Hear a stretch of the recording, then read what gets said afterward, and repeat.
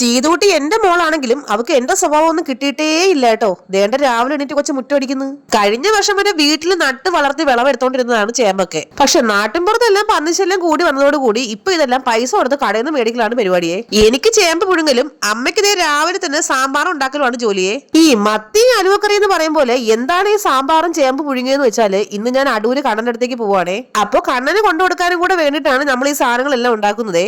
ഈ മുട്ട പോലെ വേവുവാന്ന് കേട്ടിട്ടുണ്ടോ? അതെ അതുപോലെ ചേമ്പ് നല്ല ഒന്നാന്തരായിട്ട് വെന്തിട്ടിട്ടുണ്ട്. തൽക്കാലം ചമ്മന്തി ഇടിക്കാനുള്ള സമയം കിട്ടാത്തതുകൊണ്ട് ഞാൻ വേണ്ട ഒരു സവാളയും പച്ചമുളകും എടുത്തു വെച്ചിട്ടുണ്ട് കേട്ടോ, ചേമ്പിന്റെ കൂടെ കടിച്ചു കഴിക്കാൻ.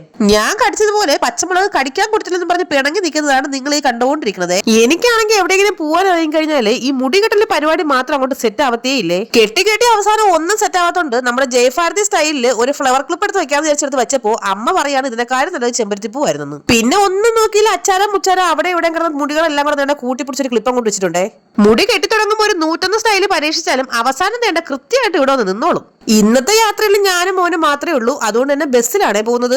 ദാണ്ട്ര പുറത്ത് ഭയങ്കര മഴയായതുകൊണ്ട് ബസ്സിനകത്തുള്ള ഷട്ടർ കംപ്ലീറ്റ് താത്തിട്ടേക്കുവാണ്. ഇനിയിപ്പോ അവിടെ എത്തുന്നവരെ എനിക്ക് സമാധാനം പോയി ഒരു ഒറ്റ കാര്യം മതി കേട്ടോ. അങ്ങനെ ഒരുവിധം ബസ്സിൽ നിന്ന് മഴയത്ത് ചാടി ഇറങ്ങി അവിടെ ചെന്നപ്പോ ദേ കണ്ണൻ അവിടെ നമ്മളെ നോക്കി നിൽപ്പുണ്ടായിരുന്നേ. കൊണ്ടുപോയ സാധനങ്ങളെല്ലാം കണ്ണന്റെ കയ്യിൽ ഭദ്രമായിട്ട് ഏൽപ്പിച്ചിട്ട് ഒരു വീഡിയോ എടുക്കാന്നും പറഞ്ഞ് ഞാൻ തെക്കോട്ട് നിന്നപ്പോ രണ്ടും കൂടെ ദേണ്ട വടക്കോട്ട് കിടന്നു പോകുന്നു. ഇപ്പൊ വീഡിയോ എടുത്ത് കളയാന്നും പറഞ്ഞ് നിന്ന എന്റെ ക്യാമറയ്ക്ക് രണ്ടുപേരുടെയും ആസനമെങ്കിലും കിട്ടിയത് പുണ്യം. തിരിച്ചു വരാൻ നേരത്ത് ബസ്സിൽ കയറി ഒരു വീഡിയോ എടുക്കാന്ന് വിചാരിച്ചപ്പോ ദേണ്ട ചെറുക്കൻ ട്രാക്കുള ആയിട്ടിരിക്കുന്നു.